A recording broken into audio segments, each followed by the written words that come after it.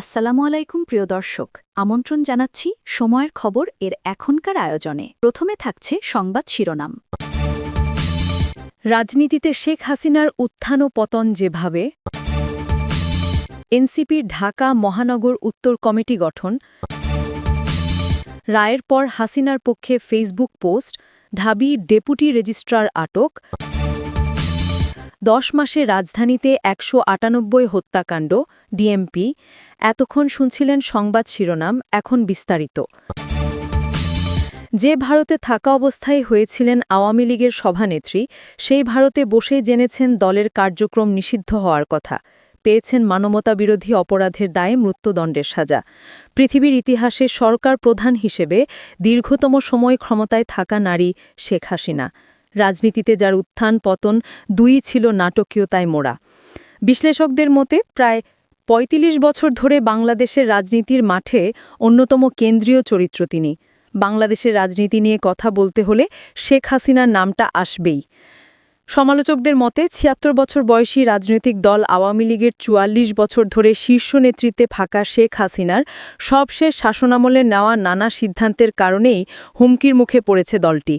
ইতোমধ্যেই কার্যক্রম নিষিদ্ধ করা আওয়ামী লীগের উপর পুরোপুরি নিষেধাজ্ঞা আরোপের দাবিও তুলেছেন বিরোধীদের অনেকে। ভারতে থাকা অবস্থায় আওয়ামী লীগের সভাপতি। ১৯৭৫ সালের এক সামরিক অভ্যুত্থানে সপরিবারে নিহত হন বাংলাদেশের প্রতিষ্ঠাতা রাষ্ট্রপতি শেখ মুজিবুর রহমান।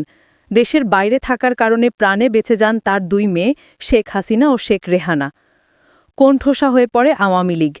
১৯৭৬ সালে সামরিক সরকারের সময় পলিটিক্যাল পার্টিজ রেগুলেশনের আওতায় নতুন করে নিবন্ধন নিয়ে রাজনীতির মাঠে দৃশ্যমান হতে শুরু করে আওয়ামী লীগ।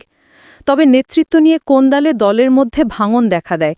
পরে দলটির নেতা আব্দুর রাজ্জাক, ডাক্তার কামাল হোসেন এবং বেগম জোহরা তাজউদ্দিনের উদ্যোগে শেখ হাসিনাকে দেশে ফিরে দলের হাল ধরার সিদ্ধান্ত নেওয়া হয়। ১৯৮১ সালের ফেব্রুয়ারিতে আয়োজিত এক সম্মেলনে বঙ্গবন্ধুর মেয়ে শেখ হাসিনাকে দলের সভাপতি নির্বাচিত করা হয়। এই ঘোষণার সময়ও শেখ হাসিনা ভারতে স্বেচ্ছা নির্বাসনে ছিলেন। দলীয় নেতা হওয়ার ২ মাস পর দেশে ফেরেন শেখ হাসিনা। মহিউদ্দিন আহমেদ বলেন, বঙ্গবন্ধুর কন্যা, এই কারণে দলের মধ্যে তার একটা সার্বজনীন গ্রহণযোগ্যতা ছিল। সেই আবেগ কাজে লাগিয়ে তাকে সভাপতি করা হয়। তার মধ্যে স্বাভাবিক কিছু গুণ ছিল নেতৃত্বের, যার ফলে সভাপতি হওয়ার পরে দলের ওপরে তিনি তার প্রভাব এস্টাবলিশ করতে পেরেছিলেন। এরশাদ সরকারের আমলে স্বৈরাচার বিরোধী আন্দোলনের সক্রিয় ভূমিকা এবং জনসাধারণের সাথে মিশে যেতে পারার মতো দিকগুলো দলের বাইরেও তাকে গ্রহণযোগ্যতা এনে দেয় বলে মনে করেন অনেকে। প্রথম বিরোধী দলীয় নারী নেত্রী, গ্রেনেড হামলা ও গ্রেফতার। ১৯৯১ নির্বাচনী প্রচারণায় জয়ের বিষয়ে বেশ আত্মবিশ্বাসী ছিলেন শেখ হাসিনা, কিন্তু নির্বাচনে ৮৪টি আসন পেয়ে দ্বিতীয় সংখ্যাগরিষ্ঠ দল হিসেবে সংসদে যান তিনি। হন দেশটি প্রথম বিরোধী দলীয় নারী নেত্রী। ১৯৯৬ সালের ফেব্রুয়ারিতে আয়োজিত নির্বাচনে কারচুপির অভিযোগ আনে তত্ত্বাবধায়ক সরকারের দাবিতে আন্দোলনে নামে আওয়ামী লীগ। একই বছর জুনে আয়োজিত নির্বাচনে ১৩৩টি আসন পায় আওয়ামী লীগ। প্রথমবারের মতো প্রধানমন্ত্রী হন শেখ হাসিনা। তার সরকার ৫ বছরের মেয়াদ পূর্ণ করে ২০০১ সালে বাংলাদেশের ইতিহাসে প্রথমবার সংঘাতহীনভাবে ক্ষমতা হস্তান্তর করেন। অষ্টম জাতীয় সংসদ নির্বাচনে জোটবদ্ধ হয় বিএনপি জামায়াত, হেরে যায় আওয়ামী লীগ। সংসদের বিরোধী দলীয় নেত্রী থাকার সময় ২০০৪ সালে আওয়ামী লীগের এক সমাবেশে গ্রেনেড হামলার শিকার হন শেখ হাসিনা। সেই হামলায় নিহত হন ২৪ জন আর আহত হয় আরও অনেকে। এই ঘটনার ২ বছর পর বিএনপি সরকারের মেয়াদ ফুরিয়ে এলে তত্ত্বাবধায়ক সরকারের প্রধানের পদ নিয়ে অনড় অবস্থান নেয় আওয়ামী লীগ। এর ফলে সৃষ্ট রাজনৈতিক সহিংসতার জের ধরে ২০০৭ সালে জারি করা হয় জরুরি অবস্থা। সে সময় আলোচনায় আসে -2 ফর্মুলা। চাঁদাবাজির এক মামলায় দীর্ঘ রাজনৈতিক জীবনে প্রথম এবং সেই একবারই গ্রেফতার হয়ে জেলে যান শেখ হাসিনা। ক্ষমতায় টানা ১৬.৫ বছর ও পতন। ২০০৮ সালে আয়োজিত নবম জাতীয় নির্বাচনে ২/৩ আসন নিয়ে সরকার গঠন করে আওয়ামী লীগ। দ্বিতীয়বারের মতো প্রধানমন্ত্রী হন শেখ হাসিনা। তবে তার দায়িত্ব নেওয়ার কয়েক মাস পরেই ঘটে যায় বাংলাদেশের ইতিহাসের সবচেয়ে আলোচিত একটি হত্যাকাণ্ড, বিডিআর বিদ্রোহ, যেখানে হত্যা করা হয় ৫৭ জন সেনা অফিসারকে। ওই ঘটনায় সরকার এবং তৎকালীন ক্ষমতাসীন দল আওয়ামী লীগের কয়েকজন শীর্ষ নেতার ভূমিকা নিয়ে নানা বিতর্ক রয়েছে। এরই মধ্যে আওয়ামী লীগ সরকার তাদের নির্বাচনী প্রতিশ্রুতি অনুযায়ী ১৯৭১ সালে মানবতাবিরোধী অপরাধের বিচার কাজ শুরু করেন। অভিযুক্তদের মধ্যে আলোচিত ছিলেন জামাতে ইসলামের তৎকালীন শীর্ষ নেতারা। জাতীয় নাগরিক পার্টি এনসিপি ঢাকা মহানগর উত্তরের কমিটি গঠন করা হয়েছে। এতে আরিফুল ইসলাম আদিবকে আহ্বায়ক ও সর্দার আমিরুল ইসলামকে সদস্য সচিব করা হয়েছে। মঙ্গলবার ১১ নভেম্বর দলের সদস্য সচিব আখতার হোসেন ফেসবুকে এক পোস্টে গঠিত কমিটি প্রকাশ করেন। কমিটিতে সিনিয়র যুগ্ম আহ্বায়ক করা হয়েছে কাজী সাইফুল ইসলামকে। যুগ্ম আহ্বায়করা হলেন ওমর ফারুক, মোহাম্মদ ওয়াহিদ আলম, তৌহিদ হোসেন, খন্দকার খালেদা আক্তার, মাইনুল ইসলাম, একেএম মাসুদুর রহমান, মুতাসিম বিল্লাহ, আনোয়ার জাহান আকাশ। সিনিয়র যুগ্ম সদস্য সচিব হলেন সাদিয়া ফারজানা দিনা।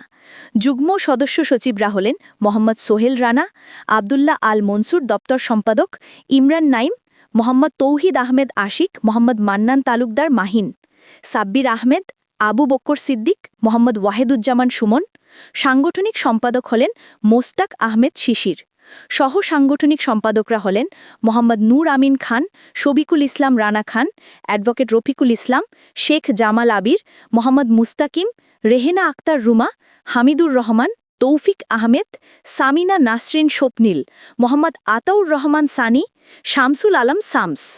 কমিটির সদস্যরা হলেন আকরাম হোসেন, আনিসুর রহমান, ওমর ফারুক স্বপন, মোহাম্মদ আবু আদম ভূঁইয়া, মোহাম্মদ হারুন, তানভীর আহমেদ, ইকবাল হাসান, মোহাম্মদ সুমন, মুস্তাজ জুবের মিতলু, মোহাম্মদ সাইফুল ইসলাম, মোহাম্মদ শামীম মিয়া, আফরোজা বুলবুল, মোয়াজ জাহিদুল হক, তাহমিনা আক্তার জুথি, অ্যাডভোকেট মশুর রহমান, শারমিন আক্তার শশী, আনিকা তাহসিন, মোহাম্মদ ইব্রাহিম খলিল, জুম্মারি আক্তার শিপা, মোহাম্মদ নয়ন মিয়া, ফেরদৌস আমিনী, রেদওয়ান গাজী, তানভীর আহমেদ ফাহিম, লাপিফা আক্তার, ফয়সাল আহমেদ, অ্যাডভোকেট প্রিয়াঙ্কা আক্তার, মাহবুবুর রহমান রায়হান, আজিমুল রিফাত, অ্যাডভোকেট সোহানা শারমিন, ফাহমিদ হোসেন, আরাফ ইবান সাইফ, জেরিন আফরিন রিমি, শাহরিয়ার হোসাইন হিমু, মোফাখারুল আহমেদ সীমা, মিনহাজুর রহমান, রাহিমা খাতুন, মোহাম্মদ বাবুল হোসেন ও নাজমুল হাসান। মানবতাবিরোধী অপরাধের মামলায় শেখ হাসিনার মৃত্যুদণ্ডের রায়ের পর তার পক্ষে অবস্থান নিয়ে সামাজিক যোগাযোগ মাধ্যমে ফটোকার্ড বানিয়ে পোস্ট করার ঘটনায় ঢাকা বিশ্ববিদ্যালয়ের ডেপুটি রেজিস্ট্রার মোহাম্মদ লাবলু মোল্লাকে আটক করেছে পুলিশ। গতকাল সোমবার রাতে লাবলুর বাসার সামনে জড়ো হন প্রক্টোরিয়াল টিমসহ ঢাকা বিশ্ববিদ্যালয়ের একদল বিক্ষুব্ধ শিক্ষার্থী। পরে শাহবাগ থানার পুলিশ গিয়ে তাকে আটক করে। এ বিষয়ে শাহবাগ থানার ভারপ্রাপ্ত কর্মকর্তা ওসি খালেদ মনসুর আজ মঙ্গলবার বেলা 2:15টার দিকে প্রথম আলোকে বলেন, সন্ত্রাসবিরোধী আইনের আগের একটি মামলায় লাবলুকে গ্রেফতার দেখানো হবে। এজন্য আজ তাকে আদালত নেওয়া হবে। গতকাল রাতে আটক হওয়ার আগে বাসায় রেকর্ড করা একটি ভিডিও বার্তা প্রচার করেন লাবলু। এতে লাবলু বলেন তিনি কোনো অন্যায় করেননি, শেখ হাসিনা বাংলাদেশে আসবেন। ক্যাম্পাস সূত্রে জানা গেছে, লাবলু ছাত্রজীবনে ঢাবির মাস্টারদা সূর্যসেন হল শাখা ছাত্রলীগের সভাপতি ছিলেন। ঘটনার বিষয়ে ডাকসুর মুক্তিযুদ্ধ ও গণতান্ত্রিক আন্দোলন বিষয়ক সম্পাদক ফাতিমা তাসনিম জুমা তার সামাজিক যোগাযোগ মাধ্যম ফেসবুকে লেখেন, লাবলুরে পুলিশের হাতে সোপর্দ কইরা এলাম। গণহত্যাকারী টিচারদের ব্যাপারেও আমাদের সেম স্ট্যান্ডই থাকবে। উনাদের নিয়ে কেউ সুশীলতা করলে তাদেরও হিসাব নেওয়া হবে। এই জায়গায় কেউ তোষামোদি বা ক্ষমতার লোভে আসি নাই আমরা। 2000 শহীদের রক্তের উপর দাঁড়ায়া তাদের জন্য ইনসাফ আনার শপথ নিয়ে আসছি। এইখানে গাদ্দার ও গাদ্দারির কোনো স্থান নাই। গত 10 মাসে রাজধানীতে 198টি হত্যাকাণ্ডের ঘটনা ঘটেছে বলে জানিয়েছে ঢাকা মেট্রোপলিটন পুলিশ ডিএমপি। আজ মঙ্গলবার সকালে ঢাকা মেট্রোপলিটন পুলিশের উপপুলিশ কমিশনার তালেবুর রহমান এ তথ্য জানান। তালেবুর রহমান জানান, শুধু রাজধানীতে প্রতি মাসে গড়ে 20টির মতো হত্যাকাণ্ড সংঘটিত হয়েছে। বেশিরভাগ ঘটনার রহস্য উদ্ঘাটন করা হয়েছে বলেও দাবি করেন তিনি। এসব ঘটনার মধ্যে পারিবারিক সহিংসতা, পূর্বশত্রুতার জের, আধিপত্য বিস্তার, এমনকি অজ্ঞাতনামা নবজাতকের লাশ উদ্ধারও রয়েছে। তবে বিগত 10 বছরের অপরাধ তথ্য পর্যালোচনা করলে আইন-শৃঙ্খলা পরিস্থিতি বর্তমানে স্থিতিশীল রয়েছে বলেও যোগ করেন তিনি। পল্লবীতে যুবদল নেতা গোলাম কিবরিয়া হত্যার ঘটনায় পুলিশ অনুসন্ধান করছে বলে জানিয়েছেন ডিএমপির উপপুলিশ কমিশনার তালেবুর রহমান। তিনি জানান, এখন পর্যন্ত আটক করা হয়েছে একজনকে। হত্যায় জড়িত বাকি দুজনকে গ্রেফতারের পর মূল তথ্য জানা যাবে।